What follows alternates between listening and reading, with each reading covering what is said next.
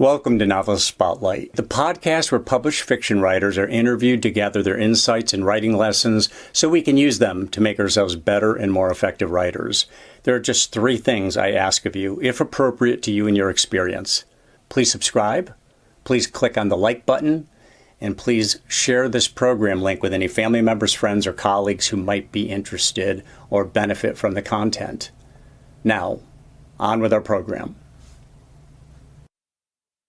When your enthusiasm for writing is flagging, and let's face it, from time to time, we all have that situation where enthusiasm flags. We lose some of our momentum. We go into a slump. Well, when that happens, there's few things better to turn to than a good author memoir. And there's a great one out there right now that's written by Jami Attenberg. It's titled, "I Came All This Way to Meet You, Writing My Way Home." I'm less than halfway through her book, and I've already decided it's a treasure. And I want to play about 90 seconds of the audio edition for you in just a bit. It's a clip that really embodies some of the reasons why we write. The psychic rewards of putting words on paper and creating characters, the interactions of those characters, the storytelling, and so on. I'm loving this book both because what she has written and because of the quality of the narration by X.C. Sands for the audio version. Any serious writer will see and hear themselves in this memoir.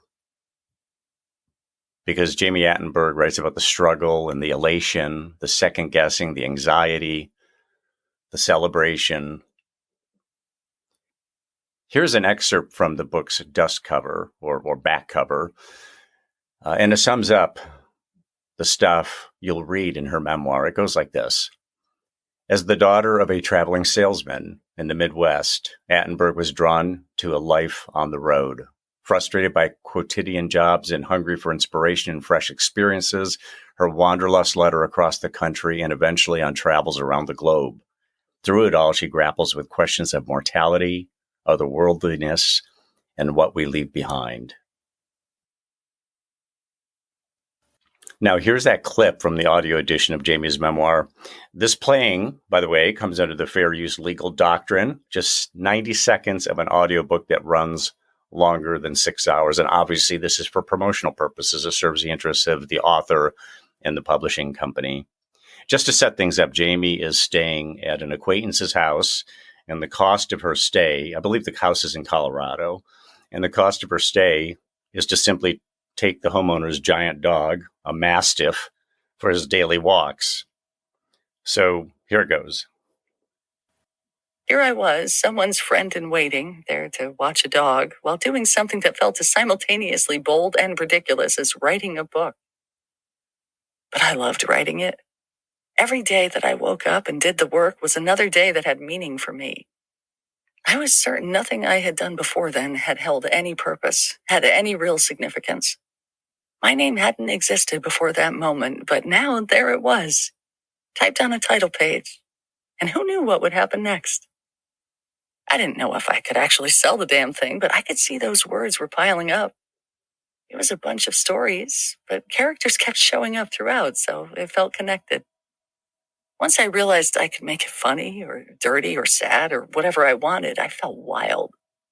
This is what making art does to a person. When else do we feel so free as when we invent?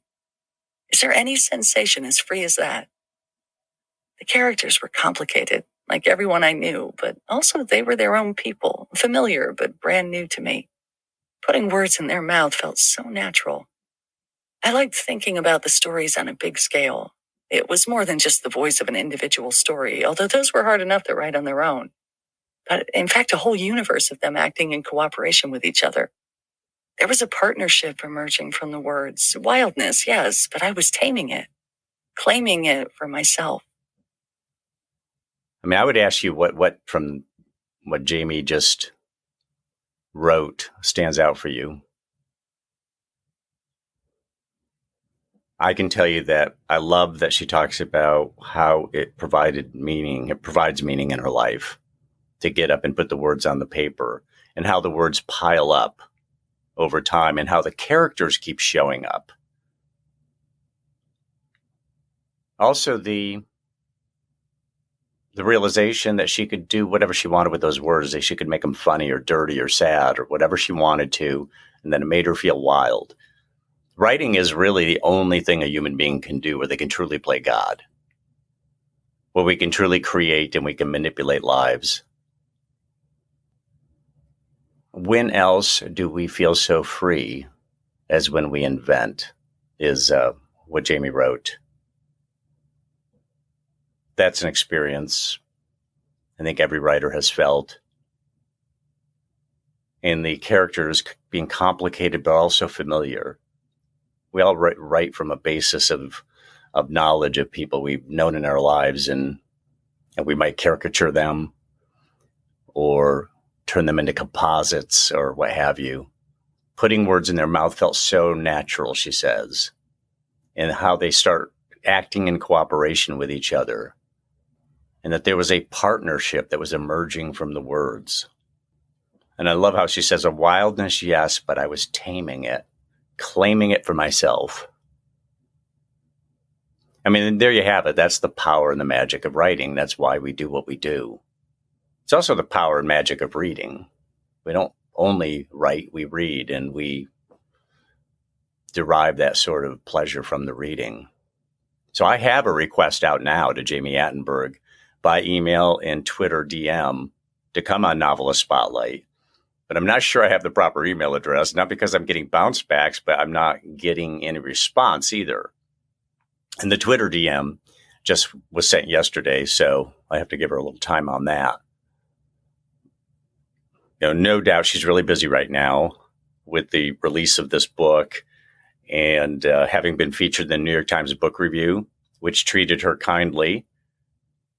And it's not the first time she's been featured in the book review, which surprised me because I did not know of Jami Attenberg until they did this review of her memoir. So I'm actually looking forward to reading her novels now once I finish the memoir. The great Jonathan Franzen wrote a blurb for her for one of her novels. I think it was The Middlesteins that he had written a blurb because he was impressed with what he was seeing there. I mean, that's high praise when Jonathan Franzen gives you a blurb.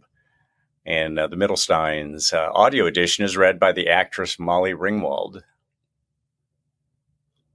If you like memoirs written by writers, I definitely recommend this one. Jami Attenberg is charming, and she definitely had her years as a wild child, drinking, drugging, living on the road, couch surfing at friends' places. But she eventually finds her way back home to Brooklyn, where she reconnects with her Jewish friends. A welcome homecoming after breaking an ankle and being isolated and knowing physical pain and emotional loneliness like she has never known before. That's all in the reading of this memoir. And she had her share of sexual escapades, too. I mean, nothing excessive, nothing sleazy. Just a woman in search of some physical comfort and maybe confirmation that she can still exercise some feminine power over the male of the species, let's say. You know, it's nice to spend time on these pages with a woman who, despite being subjected to the usual male misbehavior, she still likes men. I mean, I would love to party with this woman. I have no doubt she would be fun. But she'd also be really interesting. She'd be contemplative and insightful. Then again, I'm in California and she's in, New Orleans now. She's from New York. I'm a native of New York as well. But I think she's in New Orleans now, which is one of my favorite cities. But still, we're a long ways away. But Jami, hit me up. Dinner will be on me. You can even couch surf at my townhouse for a couple of nights. My wife and I love to host visitors. And we do have a guest room, by the way, so no couch required. And I want you to commit to coming on the program. Now that I've told everybody about you, they're going to want to hear it straight from the author's mouth. No doubt about it. That's it for this episode. Look below at the episode notes to get Jami's website URL and learn more about her.